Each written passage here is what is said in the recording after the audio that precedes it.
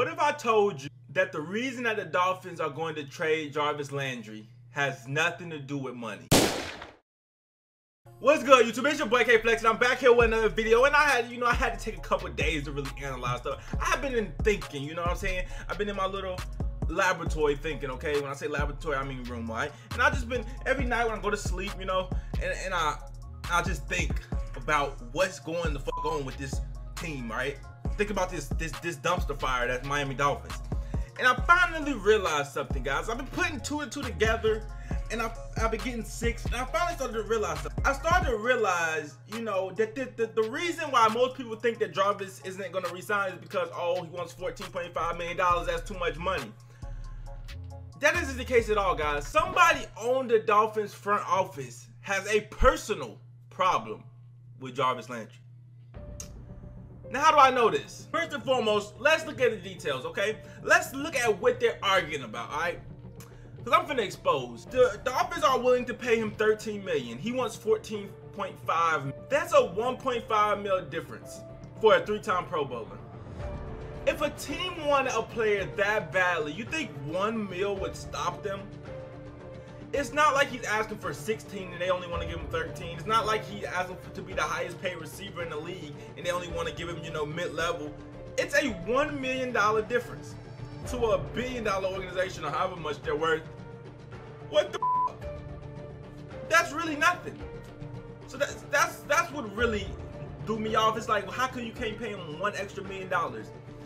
And then you gotta think, okay, if you're a fan of another team that's not the Miami Dolphins, you might be like, oh, well, that's because they're trying to be smart with their money.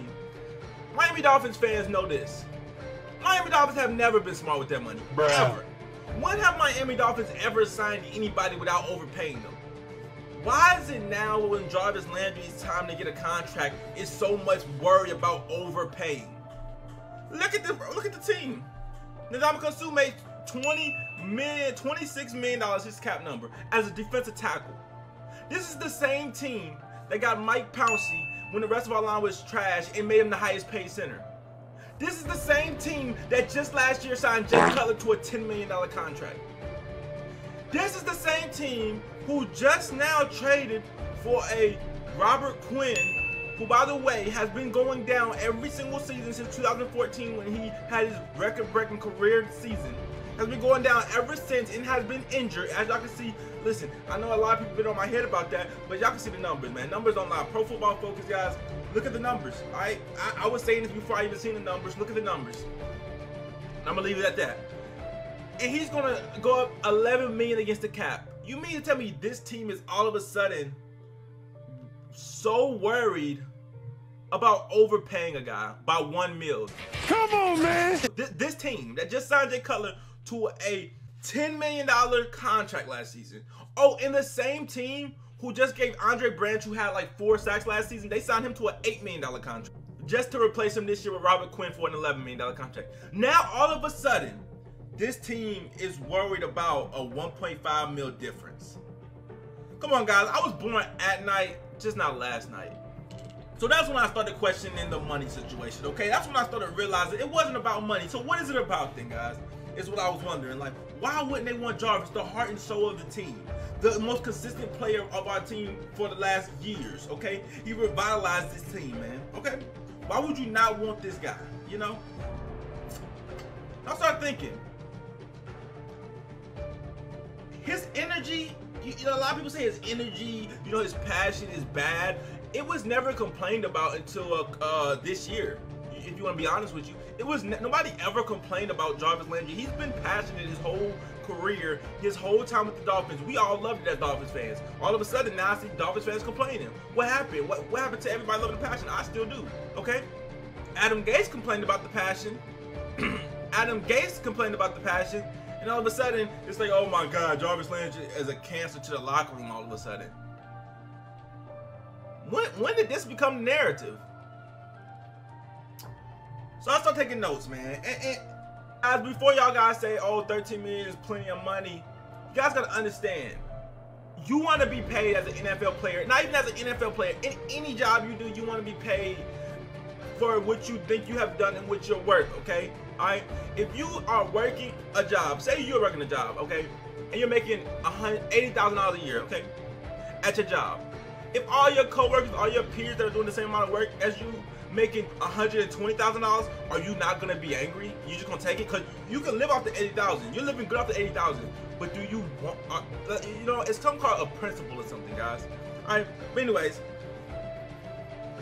let's get into the real reason of why Jarvis is getting re-signed. It's not because of the money, okay? Cause trust me, if it was another team, maybe like the Patriots or somebody who have shown they budget their money or spend their money correctly, then maybe we could go there, okay? But this team has literally never spent their money wisely since I've been a fan, ever.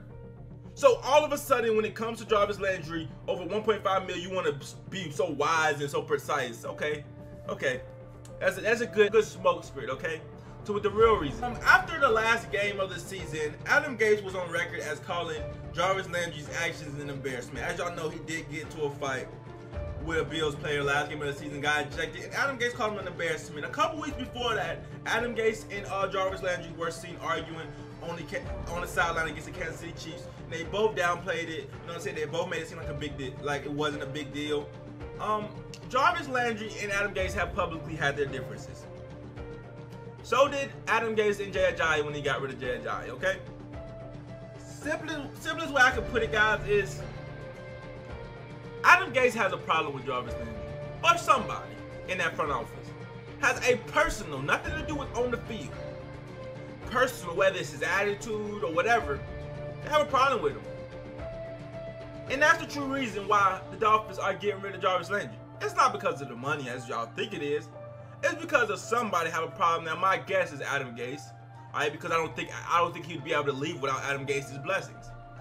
But I say somebody have a problem with him, and I'm gonna tell you why. Here's the thing: they was disrespectful the whole time. They wouldn't talk about the contract during the season. They wait till after the season, tag him on the first day, which is a sign they're trying to trade him. And it was just, they're gonna tell y'all that it's about this 1.5 million difference is the reason why the Dolphins are gonna end up trading Jarvis Landry, because he wants too much money. It's not because he wants too much money, guys. It's because somebody in the front office does not like him. And I'm assuming it's Adam Gase, just because of the stuff that I've heard. Obviously, he's gonna try to act like he wanna keep Jarvis Landry into the media, but they have gotten into some altercations. And my theory on why Adam Gase wants to trade Jarvis Landry is simple. Why he doesn't want Jarvis Landry on the team. I personally believe that Adam Gase wants to be the face of the franchise. Yeah. I personally believe that at least he wants to be the face of the offense, that's for sure. And how I know this is because, first of all, I got rid of Ajayi. Okay, now we about to get rid of Jarvis. Now we really don't have a face of the offense. Then he goes and brings in the offensive coordinator for the Chicago Bears. The Bears have had a bottom 25 offense for the last, ever since the guy got there. Bruh. They've had one of the worst offenses in the league. So Adam Gase brings him in, because y'all know Adam Gase likes to control the offense. So he brings in a guy who's probably not gonna have that much power. Okay, Adam Gase is gonna be calling the plays. That guy, I don't know what the his job is even to do. Okay, he's probably just gonna be Adam Gase's yes man. Okay, Dowell logins, because what else can he do? You know, he got a bottom. He should not have a job. Period. Okay, if you got a bottom 25 offense for multiple years, you need to go back to being a position coach. You shouldn't be an offensive coordinator.